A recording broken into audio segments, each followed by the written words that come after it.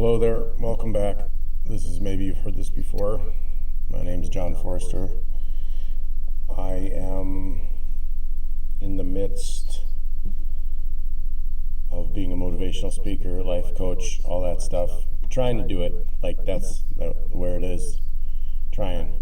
I like to talk about topics like, why are we doing things for somebody else? What is this? Why are we doing this? Yada blah blah. Why are you projecting things onto a situation? Why are you worried about certain things? Why are you hyper-focused on something instead of dealing with the things that you should be focused on, like the things that are actually bothering you, that have happened in your past, or the things that you actively need to deal with, that are affecting your daily routine, because we are all running from some shit. Like, we are all internally running from a tiger. We're tiger running. And we're scared. And we fail to realize that at some point, everything is going to die. Everything that we love is going to die, including us. And those are scary words, because we don't really say those. We don't tell our kids that enough. We don't tell our loved ones that we love them enough.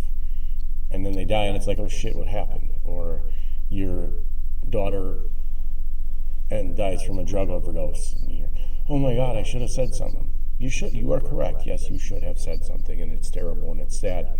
So say something today.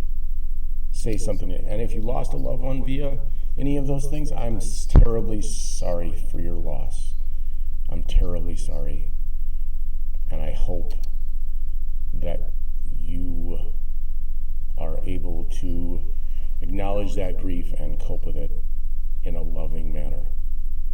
And I think that is the most important part of this whole thing, is that we are not approaching things in a loving manner. We're yelling at our kids, we're yelling at people about our kids, we're yelling at somebody because we want this for our kids, instead of letting our kids be. We should just let our kids be what they are. You know, your kid doesn't want to play baseball, then have them play something else. Make them make a choice. You want your kid to play lacrosse, and they don't want to, don't make them. What's the fucking stress? Why are we stressed? We're inadvertently stressed over things that we want, based on things that we think we have, based on things that we think we're going to need, based on the way people treat us, based on the fact that this is where I am. And you're lying. I can't tell you you're lying. I can tell me I'm lying. I can't tell anybody else that you're lying. There is no lying. You should not be lying to anybody. You should be telling them the truth. You and your dad had a bad relationship. Fix it before he dies. Fix it before you die. Fix it. Because then you're just left with all these pieces of, why didn't my dad love me? What was wrong with me? What the fuck is the problem? Why the fuck am I the issue? Yada blah blah.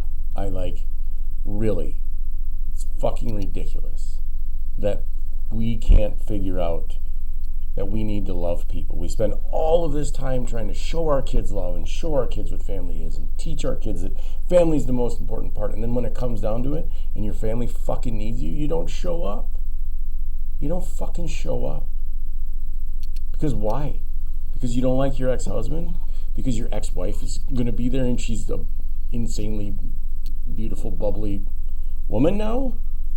No thanks to you trying to fucking kill her and break her down? Like, what, you're a baby and what? What's the problem? Your kids and relatives finally stood up to you, and now you gotta be like, oh, I'm not gonna do that. All right, that's cool. But at the end of the day, people are going to not record you, but remember the things that you did for them, not the stuff that you said, not the presents that you bought them. They are going to remember what you did for them. They are going to remember that it was insane. They are going to remember what happened. And you could change their life by being there for them. By saying, well, I'm fucking sorry that I treated you that way. I never meant to show you those parts of me that are negative. I don't want to keep showing you those parts of me that are negative because I don't like them. I don't like those parts of me. I don't like any of that. I don't like that I have negative parts. And it's like I feel like I've been doing this for years and years, and it's been like 2, maybe a year and a half at the most. And I feel light years ahead of where I was. Light years ahead. And yeah, people have died and things have died, and I've realized that death will happen to me. And death is a powerful force. It's also nothing to be scared of, as they say. There is nothing to be scared of in dying. Because it's just like, somebody once said, it's just like taking an old shoe off. Not an old shoe, a tight-fitting shoe.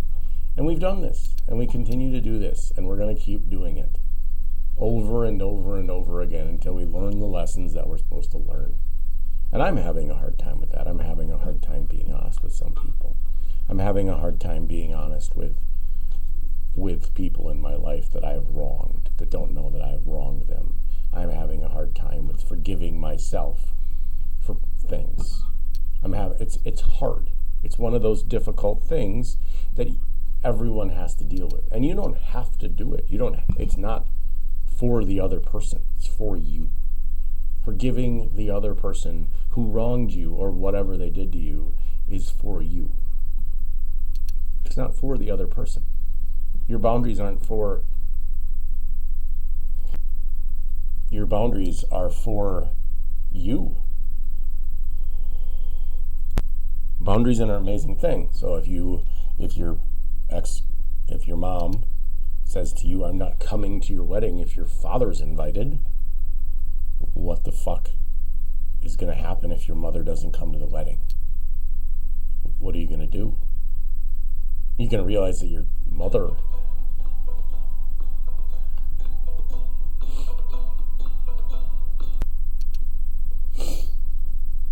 So back to dying, and then it happens, and then we are all impermanent.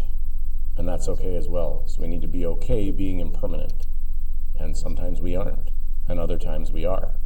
But at the end of the day, your thoughts are only just there. They're only just making up excuses in your head for not dealing with the shit that you have to deal with. Like there's a lot of shit you have to deal with. A lot of shit I have to deal with. I'm a, human being who has not been paying attention for 45 years.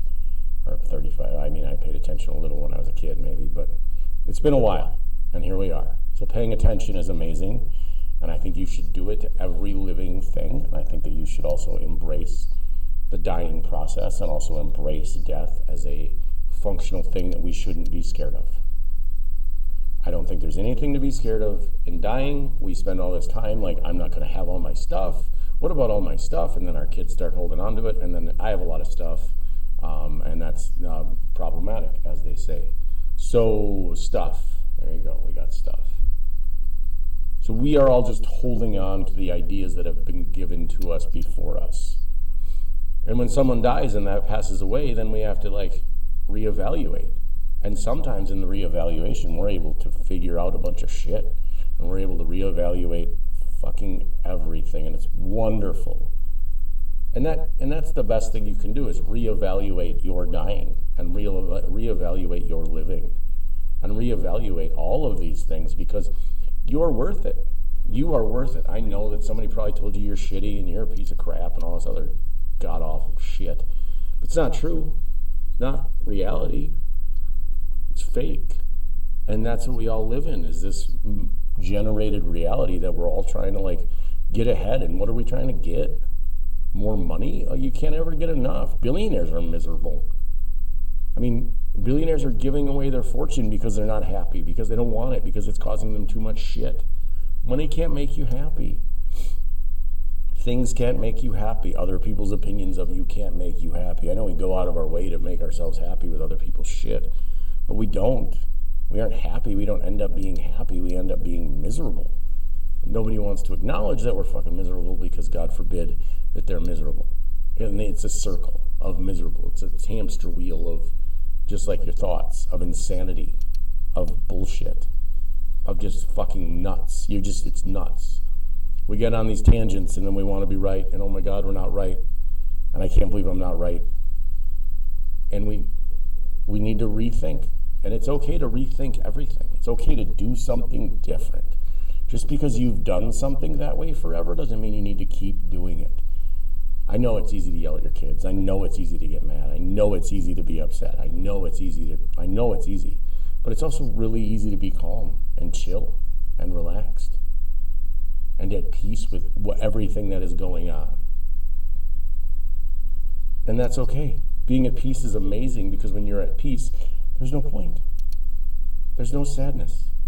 But there's all the sadness and all of the happiness, and everything is in that moment that you share with someone. And it's wonderful.